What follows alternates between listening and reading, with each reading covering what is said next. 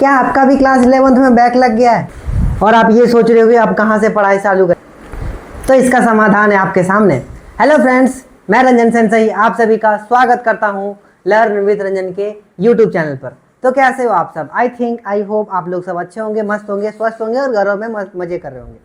तो आज है हमारा संडे।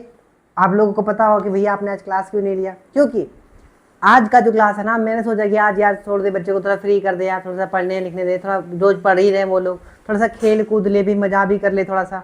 तो इसीलिए आज हम लोग का क्लास मॉर्निंग में नहीं हुआ, जिसकी वजह से ये रिकॉर्डेड वीडियो है, ये 11th क्लास के लिए है और ये शाम में, और ये अभी मैंने अपलोड मारूंगा शाम में, ठीक है। तो यहाँ पे आज हम लोग क्लास 11 का बैकलॉग सीरीज शुरू करने वाले हैं, ठीक है। मैंने जिस तरीके से पोस्ट किया था वहाँ पे मेरे को पता चला कि हाँ भैया मेरा तो बहुत सारा बैकलॉग लग गया है क्लास 11th में, कुछ समझ में नहीं आ रहा, पढ़ने में नहीं आता, कुछ भी क्या करूँ नहीं करूँ, ये ऐसे ऐसे बातें हो रहे हैं हमारे साथ भी। तो आप इसका समाधान कृपया करके करिए। तो मैंने लेकर के आया हूँ यहाँ पे क्लास 11th। ये जो हमारा क्लास 11th का जो है पहला chapter unit measurement and error, ये हम लोग आज पढ़ने वाले हैं। बहुत ही डिटेल में पढ़ेंगे, बस थोड़ा सा ध्यान देना ताकि तुमको सारी की सारी बातें समझ में आए। तो हमारा जैसे हम लोग 10th पास करते हैं ना, 10th पास करने के बाद लगता है कि भैया बहुत बड़ा मछली फंसा लिए हैं जाल में, लेकिन ऐसा कुछ नहीं होता। असली सिलेबस, असली पढ़ाई जो होता है वो 11 से शुरू होती है, जो तुमको पता लग जाएगा कि अच्छा हाँ ये सब है असली पढ़ाई। मेरा 9-10 तो कुछ भी नहीं था, हलवा था। जितना तुम 9-10 की बातें तो छोड़ो, जितना तुम 1 से लेकर के 10 तक में साइंस का सब्जेक्ट में सिलेबस पढ़ा होगा ना, उतना सिर्फ 11th क्लास में फिजिक्स का सिलेबस है, ठीक है। हाँ पूरी 24 चैप्टर है इसमें, ठीक है। हाँ 9th मतलब 9th में हम लोग कितना फिजिक्स में पढ़ते हैं 4 चैप्टर, और 10th में फिजिक्स में 4 चैप्टर, 8 या 24, 3 गुना ज़्यादा है। वाह बहुत अच्छा है ना। हाँ 3 गुना ज़्यादा है मेरे भाई। तो यहाँ पे थोड़ा सा तो पढ़ाई तुमको डबल नहीं ट्रिपल, जब 3 गुना ज़्यादा है तो पढ़ाई तुमको 4x करना पड़ेगा या फिर 5x करना पड़ेगा। इससे अच्छा है कि तुम 5x ही कर लो। तो सबसे पहला जो चैप्टर है हमारा क्लास 11th का, जो कि बहुत ही प्यारा चैप्टर है हमारा, इसका नाम है यूनिट्स मेजरमेंट्स एंड एरर्स। तो सबसे पहले हम लोग बात करते हैं कि यूनिट्स क्या होते हैं, मेजरमेंट क्या होते हैं, है ना, और एरर्स की बातें करेंगे हम लोग। तो चलिए हम लोग शुरुआत करते हैं धीरे धीरे। और सबसे पहला जो बात आता है हमारा, वो आता है फिजिकल क्वांटिटी। अच्छा भैया फिजिकल क्वांटिटी क्या होता है? हाँ भैया फिजिकल क्वांटिटी ऐसा क्वांटिटी होता है ना, जैसे हम लोग को मान लीजिए अगर हम लोग को भिंडी तुलवाना होगा ना, तो हम लोग ना फीता लेकर के जाते हैं, तो वही होता है भैया फिजिकल क्वांटिटी। हम लोग तो भिंडी ना फीता से नापते हैं। अबे चुप, ठीक है। तो फिजिकल क्वांटिटी एक एज अ मेजरमेंट, मतलब फिजिकल क्वांटिटी क्या होता है? एक ऐसा क्वांटिटी होता है, मतलब एक ऐसा क्वांटिटी हम लोग जिसको मेजर कर सकते हैं, है ना। Any quantity which can be measured using a physical instrument.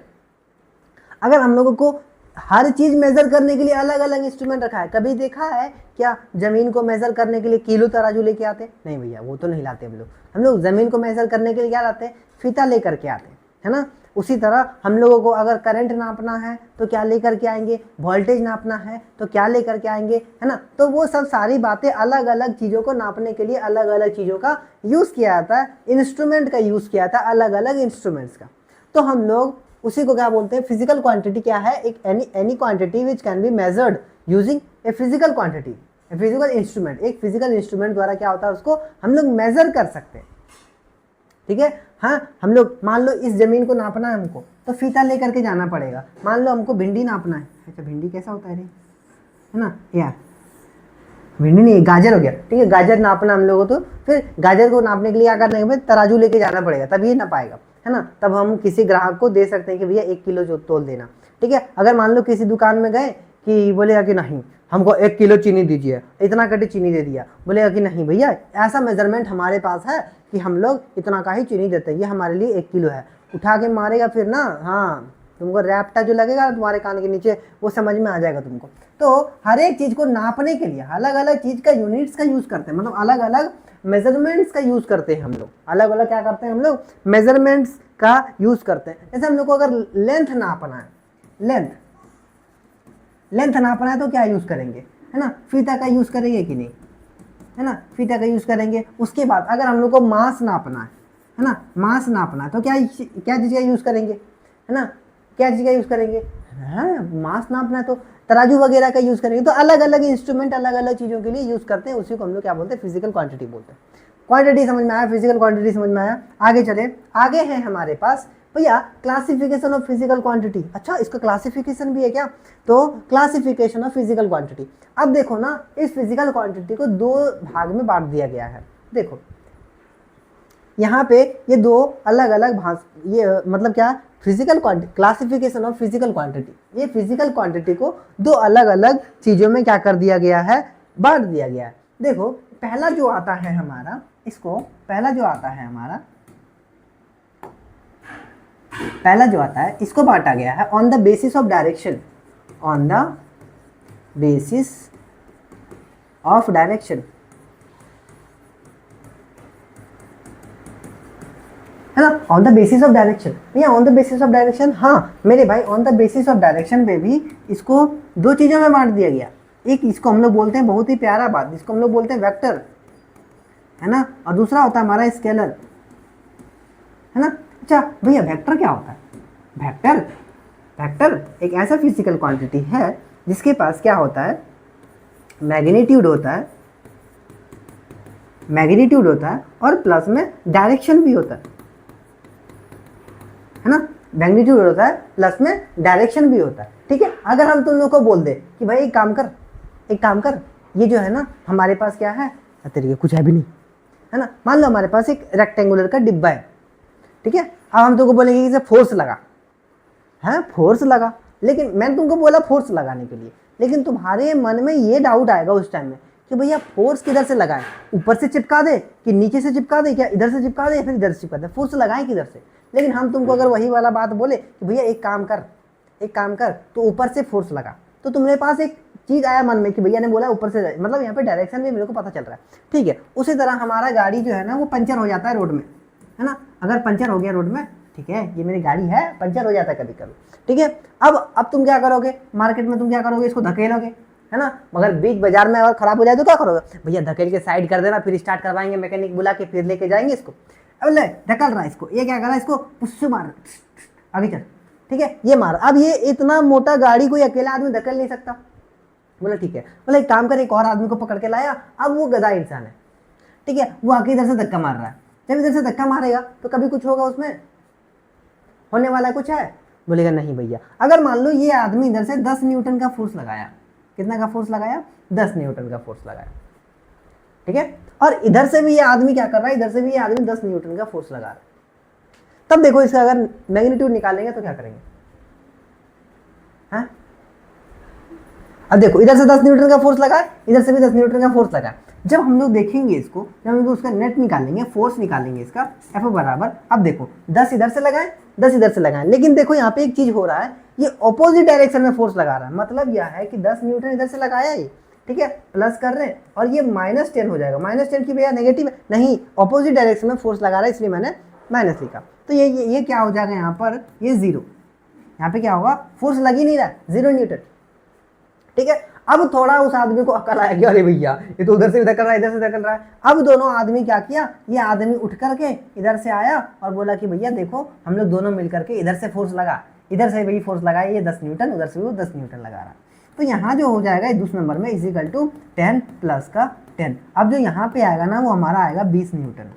कितना आएगा, 20 न्यूटन। देखो भैया दोनों जगह फोर्स ही लगा रहा था, लेकिन एक जगह हमारा 0 आ रहा है और एक जगह हमारा कितना आ रहा है, 20 आ रहा है।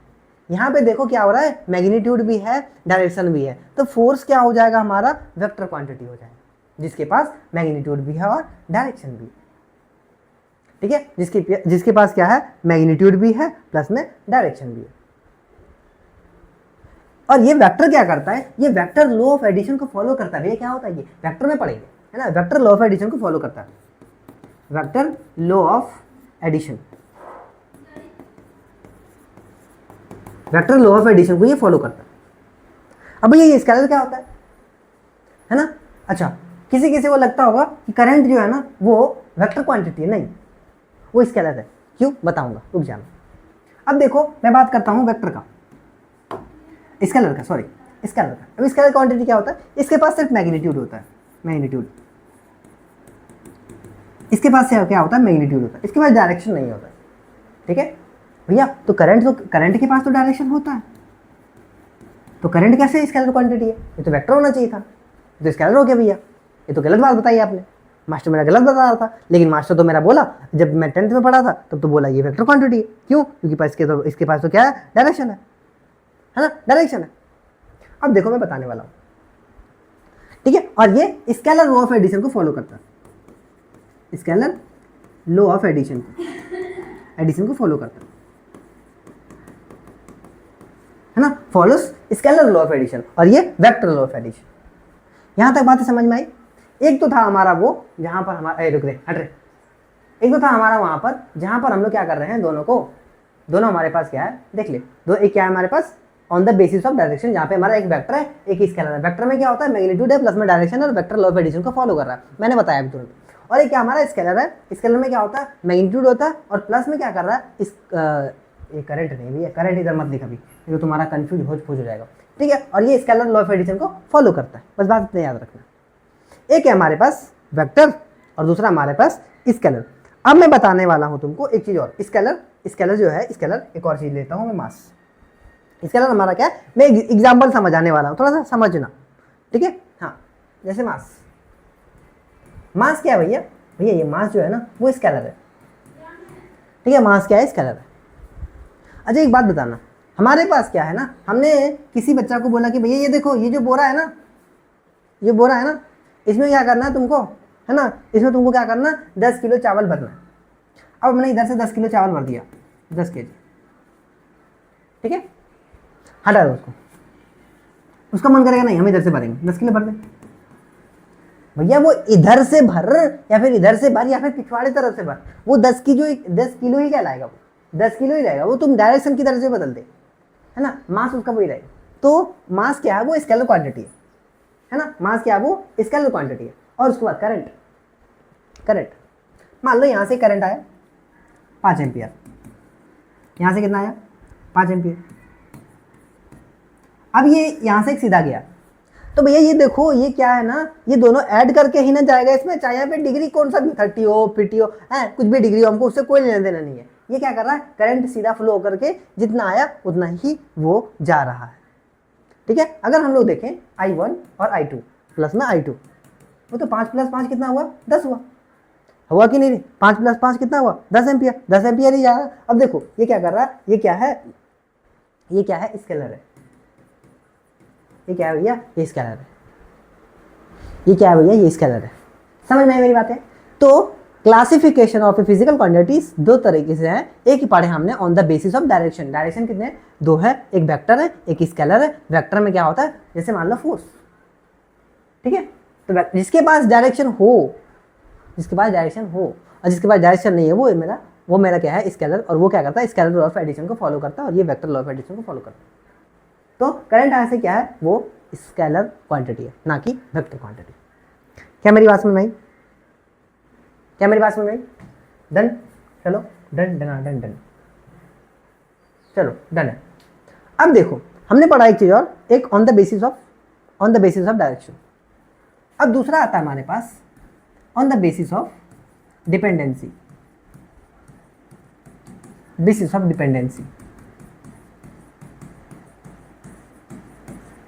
On the basis of dependency, ठीक है। On the basis of dependency, भैया on the basis of dependency का मतलब देखो मेरे भाई, जैसे तुम स्टूडेंट होगा ना स्टूडेंट, तो तुम क्या करते होगे ना, तुम एक काम करते होगे, भैया 10 रुपया दे दे, किताब खरीदना है जल्दी दे दे, हाँ मम्मी 10 टका दे दे, कुरकुरे खाना है। तो तुम किसी ना किसी पे डिपेंडेंट हो पैसा के लिए, है दोस्त मेरे भाई मेरे पापा साइकिल नहीं दिला रहे थे, तुम दे दे एक दिन के लिए रे, मिलने जाना उसको रोज दिए आज, दे दे रे प्लीज मैं पूरा हाथ जोड़ता हूँ, दे दे बहुत हमको गरीब है रे हम। तो तुम क्या कर रहे हो ना, साइकिल के लिए दोस्त पे डिपेंडेंट कर रहे हो, है ना। कुरकुरे खाना है तो मम्मी से पैसा मांगे, दे दे मम्मी बहुत कुरकुरे खाना दे दे, है ना। हाँ तो तुम कुरकुरे के लिए मम्मी पे डिपेंडेंट कर रहे हो, पापा से तुम कुछ नहीं मांग रहे, क्यों, क्योंकि तुमको उससे लात मिल रही है रोज, तो उसे कुछ मांग ही नहीं रहे हो। लात के लिए तुम पापा से भी डिपेंडेंट हो, ठीक है। तो अलग अलग चीज़ों के लिए तुम अलग अलग आदमी पे डिपेंडेंट हो। क्या मेरी बात समझ में आ रही है, तुम अलग अलग आदमी के लिए क्या कर रहे हो, अलग अलग आदमी के लिए अलग अलग चीज़ों के लिए अलग अलग आदमी पे डिपेंडेंट हो।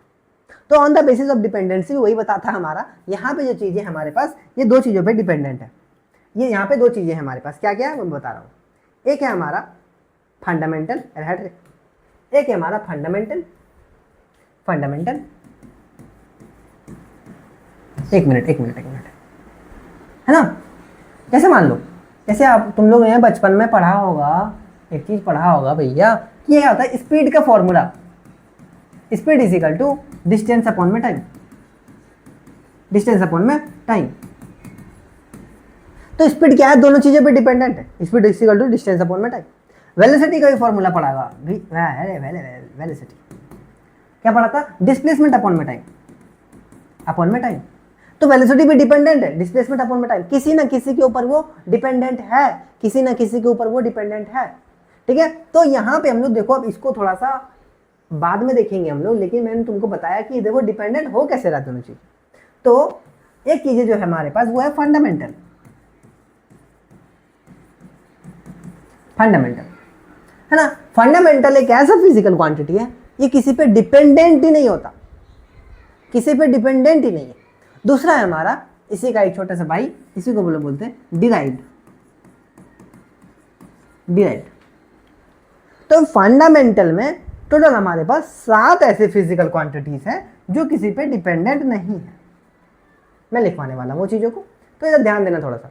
7 ऐसे हमारे पास फिजिकल क्वांटिटी हैं जो किसी पे डिपेंडेंट है ही नहीं। देख लेता हूं, देखता हूं, मैं बताऊंगा धीरे धीरे। पहला जो है हमारा वो लेंथ, लेंथ। दूसरा हमारे पास मास। तीसरा हमारे पास है टाइम। चौथा हमारे पास है टेम्परेचर। लेंथ, मास, टाइम, टेम्परेचर। लेंथ, मास, टाइम, टेम्परेचर। पांचवा है हमारे पास करंट, है ना। छठा है हमारे पास ल्यूमिनियस, ल्यूमिनियस इंटेंसिटी। और सातवां हमारे पास है, और हमारे पास सातवां जो है वो है हमारे पास amount of substance, amount of substance. तो ये हमारे पास 7 फिजिकल क्वांटिटीज हैं जो किसी पे डिपेंडेंट नहीं है। अच्छा, लेंथ अगर नापना है तो किसी और को बुला के लाना पड़ेगा, लेंथ को नापना है किसी और को बुला के लाना पड़ेगा क्या? नहीं, लेंथ तो लेंथ है, उसको तो वो किसी पे थोड़ी ना डिपेंडेंट है। मास, मास किसी पे डिपेंडेंट है क्या? नहीं, मास भी किसी पे डिपेंडेंट नहीं है। टाइम, टाइम किसी पे डिपेंडेंट है क्या? टाइम तुम्हारे पे चलेगा क्या? तो अरे भैया रुक जा, मेरा जो एक बच्चा जो है ना वो थोड़ा सा अभी सो के ही नहीं उठा, इसलिए मैं 12 ही बजा देता हूँ, ठीक है, 12 ही बजा देता हूँ भी, ठीक है, 12 ही बजने दो, फिर जब वो बच्चा उठ जाएगा ना फिर उसको 6 बजा देंगे तुरंत। तो ऐसा नहीं होता, वो किसी पे डिपेंडेंट नहीं है। टेम्परेचर है ना, टेम्परेचर, उसके बाद करंट, उसके बाद ल्यूमिनेस इंटेंसिटी, ये सारी चीजें जो है किसी पे डिपेंडेंट है ही नहीं, किसी पे भी डिपेंडेंट नहीं, ये अपने आप में स्वतंत्र है, ये सातों के सातों। तो फंडामेंटल एक ऐसा फिजिकल क्वांटिटी है जो किसी दूसरे पे डिपेंडेंट करता है। और तरीके, फंडामेंटल एक ऐसा फिजिकल क्वांटिटी जो किसी पे डिपेंडेंट नहीं करता, किसी पे डिपेंडेंट नहीं है। और डिराइव्ड फिजिकल क्वांटिटी ऐसा फिजिकल क्वांटिटी है जो बिना दूसरे पे डिपेंड किए हुए वो अपने आप को पूरा नहीं कर पाएगा। जैसे तुम, हाँ, नहीं मांगोगे पैसा तो तुम्हारा कुरकुरे नहीं आएगा, नहीं कुछ करोगे तो तुम कुछ नहीं कर पाओगे, ठीक है। हाँ, जैसे मान लो स्पीड को ही देख लेते हैं हम लोग, है ना। स्पीड इज इक्वल टू क्या होता है? स्पीड हट, स्पीड इज इक्वल टू क्या होगा? डिस्टेंस अपॉन में time. Speed is equal to distance upon में time, speed is equal to distance upon में टाइम। अब देखो ये डिस्टेंस किस पे डिपेंडेंट कर रहा है, ये स्पीड किस पे डिपेंड कर रहा है? डिस्टेंस पे और टाइम पे, है ना। डिस्टेंस किससे नापा जाता है? लेंथ। डिस्टेंस एक प्रकार का लेंथ ही तो है, हाँ भैया, ये लेंथ पे डिपेंडेंट कर रहा है। टाइम तो सीधा दिख रहा है तुमको 3 नंबर वाला टाइम, तो ये किस पे डिपेंडेंट कर रहा है? लेंथ पे डिपेंडेंट है, टाइम पे डिपेंडेंट है। लेंथ और टाइम क्या बन गया? वो स्पीड बन गया। वेलोसिटी भी देख लो, वेलोसिटी वो डिस्प्लेसमेंट, DIS, डिस्प्लेसमेंट अपॉन में टाइम। देखो वो भी डिस्प्लेसमेंट यानी कि लेंथ, और टाइम यानी कि टाइम, लेंथ टाइम, वो भी लेंथ और टाइम पे डिपेंडेंट है। तो कितने भी क्वांटिटीज हैं सब डिराइव्ड जो हैं वो एक दूसरे पे डिपेंडेंट है। फंडामेंटल जो चीजें हैं वो फंडामेंटल है। जैसे मान लो हमको खिचड़ी बनाना, खिचड़ी बनाने के लिए क्या क्या चीज़ों का ज़रूरत है? अगर सिंपल सी बात करें तो हमको ज़रूरत है चावल का, दाल का, नमक का, हल्दी का, पानी का। तो ये जो 5 चीज़ है ना, ये फंडामेंटल है। किसके लिए? उस खिचड़ी बनाने के लिए। खिचड़ी जब बन जाएगा, खिचड़ी को अंदर में अगर अलग अलग करके देखेंगे तो हम लोग उसमें पाएंगे उसमें क्या क्या है, हल्दी भी है, उसमें क्या है, नमक भी है, उसमें क्या है, पानी भी है, उसमें क्या है, दाल भी है, उसमें क्या है, चावल भी है। तो हमारा जो खिचड़ी है ना, खिचड़ी जो है ना वो अलग अलग 5 फंडामेंटल पे डिपेंड कर रहा है। और वो हल्दी है ना, हल्दी नमक वगैरह वगैरह जो है वो फंडामेंटल है किसके लिए, खिचड़ी के लिए। अगर भैया वो सब नहीं आएगा तो खिचड़ी नहीं बनेगा।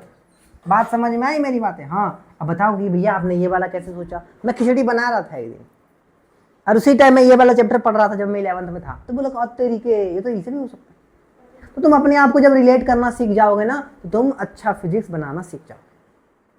खिचड़ी बनाने के लिए 5 चीज चाहिए भैया, हाँ 5 चीजें का फंडामेंटल होगा वो, तब जाकर खिचड़ी बनेगा तो वो डिराइव्ड हो जाएगा, ठीक है। उसी तरह 7 चीजें हैं हमारे पास, इसको याद कैसे करेंगे? Length, mass, time, temperature, current, luminescence intensity, amount of substance. Length, mass, time, temperature. नहीं विश्वास हो रहा है तो देखो एक याद कैसे करना है इसको। अब हमने मान लो ये ना हमें एक बच्चा को दिए थे याद करने के लिए, हमने तो बोले कि भैया याद कर लेना। बोला ठीक है सर। बोले सुनाओ, दूसरा दिन आया, बोले सुनाओ लेंथ, मास, टाइम। बोले आगे बोलो रे। सर नहीं याद हुआ। बोले काहे? बोला सर समय नहीं मिला। समय नहीं मिला तुमको? बोले नहीं सर। कैसे समय नहीं मिला?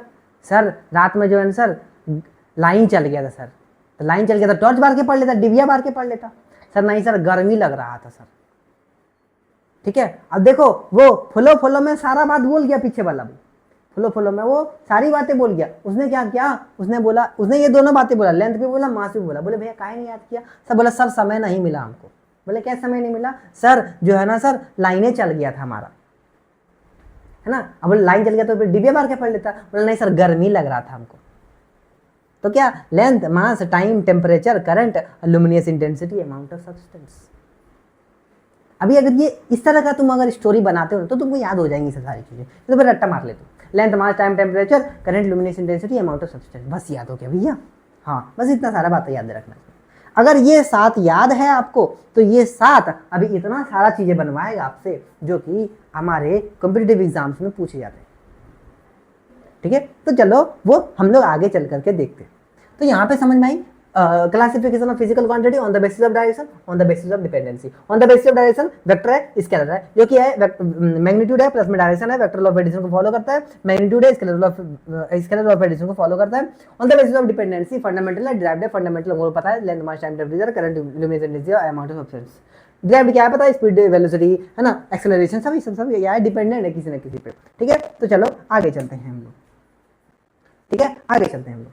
क्या वहां तक बातें क्लियर है? एकदम वहां तक बातें क्लियर है, किसी को कोई दिक्कत नहीं है। आगे चलो, आगे है हमारे पास यूनिट्स। अब हमारा क्या हुआ, यूनिट शुरू हुआ। ठीक है। अच्छा आप लोग कभी ना कभी सुने होगा किसी से, कोई पड़ोसी वाले भैया से या फिर पड़ोसी वाले अंकल से या फिर पड़ोसी वाले वो नहीं बोलूंगा, उससे तुम नहीं सुनेगा ये सब बातें। ठीक है। अब होता है क्या, जमीन नापने के लिए कोई क्वांटिटी होता है। ठीक है। अगर मान लो भाषा होना चाहिए कुछ ना कुछ, है ना, भाषा तो है। अगर मान लो किसी अदर आदमी से बातें करेंगे तो कुछ भाषा होना चाहिए। जैसे मैं रहता था ना, तो मेरे सामने एक अंग्रेज रहता था। अंग्रेज मैंने समझ रहा तू, पूरा अंग्रेज, है ना, सारा के सारे अंग्रेज चले गए, उसको यहाँ पे छोड़ के चले गए, खाली अंग्रेजी बोलता था वो।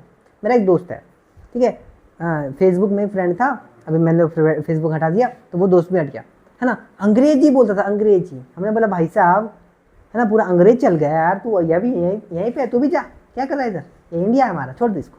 ठीक है, तो वो अंग्रेजी बक रहे थे वो। ठीक है, तो देखो इधर, तो हम लोगों के पास होना क्या चाहिए, एक दूसरे से कम्युनिकेशन के लिए चीज़ें होनी चाहिए। अब मान लो, जैसे मान लो हमने एक तराजू चढ़ाया ऐसे करके, है ना, ये तराजू लगाया मैंने। ठीक है, अब हम लोग अपना यूनिट्स बनाएंगे एक, कि 1 मीटर जो होता है ना इतना होता है, बस 1 मीटर जो इतना होता है, हमारे यहाँ इतना ही मिलेगा, आपके दुकान में। ठीक है, दूसरा दुकान बोलता नहीं, वो इतना दे रहा है, हम इतना कटी देंगे, 1 मीटर इतना होता है, पैसा उतना ही ले रहा है जितना बगल वाला ले रहा है। ठीक है, अब जैसे ही ये वाला बात होता तो नहीं पकड़ के उसको रेपटा मारता, और तीसरा दुकान में जाओ तो 1 मीटर इतना हो रहा है, 1 मीटर इतना हो रहा है, इतना, है ना। दूसरा दुकान में जाओ, 1 मीटर इतना हो रहा है। अब लोग कंफ्यूज आ जाएगा कि किसका दुकान में कपड़ा खरीदे हम। अब 1 मीटर वो कुछ अलग दे रहा है, वो कुछ अलग दे रहा है, वो कुछ अलग दे रहा है, ठीक है। अब मान लो सेम चीजें हमारे पास कंडीशन होता है कि हमने गए चीनी लेने के लिए, उन्होंने बोला कि नहीं 1 किलो इतना होता है। बोला काहे रे? बोला हाँ, और मेरा दोस्त जो दुकान है ना, हम लोग दोनों मिलकर के बनाते 1 किलो इतना होता है। अब है हमारा माथा पागल कि वो 1 किलो कुछ अलग बता रहा है, वो 1 किलो कुछ अलग बता रहा है, वो 1 मीटर कुछ अलग बता रहा है, वो कुछ और बता रहा है, वो कुछ और बता रहा है। बोला भाई साहब तेरे को ना रैप्टा मारेंगे, रैप्टा, ठीक है। इसी को देखते हुए, मद्देनजर रखते हुए हमारे जो इंटरनेशनली है, मान लो किसी से हमको, मान लो कोई विदेशी आदमी आया हमारे बिहार में और बोला कि हमको यहाँ पे क्या करना है, हमको यहाँ पे क्या करना है, हमको एक इंडस्ट्री सेटअप करना है या फिर फैक्ट्री सेटअप करना है। अब वो गांव वाले आदमी हैं, उसको नहीं पता कि हेक्टेयर क्या होता है। उन्हें बोला कि भैया ये कट्ठा के हिसाब से बेचेंगे हम। अब सामने वाला जो ट्रेड करने आया है, वहां से उधर से इन्वेस्टमेंट करने जो आया है, उसको पता नहीं कि कट्ठा क्या होता है, उसको ये भी नहीं पता कि बीघा क्या होता है, लेकिन उसको एक पता है कि उसको ना हेक्टेयर पता है, हेक्टेयर, 1 हेक्टेयर 2 हेक्टेयर होता है। तो अरे गांव वाले आदमी है, उसको बोल रहा है क्या वो 1 कट्ठा है ना, बड़ा सा जमीन है, उसमें 1 कट्ठा का दाम कुछ XYZ बताया, वो 2 कट्ठा का दाम कुछ हो जाएगा जो XY को जोड़ेंगे तो, ठीक है। तब देखो वहां पे ना अलग अलग आदमी को समझने में दिक्कत हो जाएगा। तो फिर एक अलग आदमी आएगा, उसको हेक्टेयर में समझाएगा कि हाँ इतना हेक्टेयर होता है, इतना कट्ठा, तो बोलेगा हाँ ठीक है ठीक है ठीक है। तो वो एक समझ में आना चाहिए लोगों को भी, दूसरे को भी, जो कि इस यूनिवर्स फॉलो करे, उसको जो इस दुनिया में रहने वाला आदमी उसको फॉलो कर सके। तो देखो यूनिट्स क्या होता है, इसके चरित्र क्या होते हैं, यूनिट्स के जो चरित्र होते हैं वो क्या होते हैं। देखो जैसे हमने दुकान खोला तो 1 किलो इतना सा चीनी नहीं देंगे हम, जो होगा उसके हिसाब से देंगे। तो वो क्या होना चाहिए, सबसे पहले होना चाहिए वो वेल डिफाइंड होना चाहिए, हमको पता होना चाहिए, जो कि हमको वेल डिफाइंड होना चाहिए, ठीक है। उसके बाद हम लोगों के पास क्या हो जाते हैं, इनवेरिएबिलिटी होना चाहिए, है ना, रिप्रोड्यूसिबिलिटी होना चाहिए, और कन्वर्सन इन यूज होना चाहिए। तो यूनिट्स जो होना चाहिए, हम लोग ये चारों नियम को फॉलो करना चाहिए। वो वेल डिफाइंड होना चाहिए कि हाँ अगर बगल वाला दुकान में 1 केजी इतना है तो मेरा भी दुकान में 1 केजी इतना ही है, ठीक है। उसके बाद इनवेरिएबिलिटी, वो वेरिएबिलिटी नहीं होना चाहिए, मतलब कि मान लो वहां पे कुछ अलग मिल रहा है भैया, वहां पे कुछ अलग मिल रहा है, वहां पे कुछ अलग मिल रहा है, अब तरीके क्या होगा, ठीक है। हाँ वो रिप्रोड्यूसिबिलिटी, मतलब उसको हम लोग फिर से बना सके, ऐसा भी होना चाहिए। ये नहीं कि 1 किलो जो उसका दुकान में रखा हुआ है, अच्छा रुको वो सामान दे रहा है, उसका वाला उठा के लाएंगे फिर तुमको तोल के देंगे, तो ऐसा हो जाएगा तो फिर दिक्कत हो जाएगा, है ना। कन्वेंशन इन यूज, हमने यूज इसी तरीके से यूज कर सके उसको, हम लोग उस तरह का यूनिट्स होना चाहिए। तो क्या आप लोगों को यूनिट्स भी समझ में आ गया क्या? यूनिट्स भी समझ में आ गया क्या? अब इसी यूनिट्स को देखते हुए हमने यहाँ पर अलग अलग आदमी अलग अलग यूनिट्स को यूज करने लगा था। किसी ने बोला कि भैया हम नहीं यूज करेंगे तुम्हारा वाला, हट पागल है तू, हट, हम नहीं यूज करेंगे तुम्हारा यूनिट्स, ठीक है। तो इस चीजों को देखते हुए 3 तरह का यूनिट्स बनाया गया हमारे यूनिवर्स के द्वारा, मतलब हमारा इंटरनेशनली जिसे हम लोग ट्रेड कर सके। पहला जो यूनिट है हमारा वो है FPS, दूसरा जो हमारा CGS, तीसरा है हमारा MKS। तो अधिकतर जो होता है ना वो ये और वो वाला यूनिट यूज होता है अधिकतर हम लोग ट्रेड करने के लिए, ये उतना ज़्यादा यूज होता नहीं है। अब देखो जैसे फिजिकल क्वांटिटीज, देखो सबसे ज़्यादा दिक्कत जो हो रहा था ना लोगों को, वो 3 चीज में हो रहा था। एक हमारा लेंथ है ना, लेंथ है, हम लोगों को जो सबसे ज़्यादा दिक्कत हो रहा था वो लेंथ में हो रहा था और मास में हो रहा था, मास में, है ना, और टाइम में हो रहा था। ये 3 चीज़ों में ही ज़्यादा दिक्कत हो रहा था हम लोगों को, इसके अलावा हम लोग को दिक्कत किसी को नहीं हो रहा था। क्योंकि मान लो अगर जो देखो जैसे अगर मान लो जैसे हम लोग यहाँ पे देखो, अगर बात करें यहाँ पर, तो हम लोग के पास लेंथ और मास और टाइम में ही दिक्कत हो रहा था, टेम्परेचर में दिक्कत नहीं हो रहा था, है ना। जो उधर वाले नाप रहे थे वो हम लोग भी नापेंगे, करंट में भी कोई दिक्कत नहीं होता, इधर तो में कोई दिक्कत नहीं हो रहा था। लेकिन सबसे ज़्यादा जो दिक्कत हो रहा था ये तीनों में ही दिक्कत ज़्यादा आ रही थी। तो इसे तीनों को खाली बताया गया, डिफाइंड किया गया। तो लेंथ फुट में नापा गया, इसको फुट, लेंथ फुट, है ना। मास पाउंड में नापा गया, पाउंड, है ना। और ये क्या है हमारा टाइम, सेकंड, टाइम को किस में नापा गया, सेकंड में, है ना। CGS लेंथ को यहाँ पे सेंटीमीटर में नापा गया,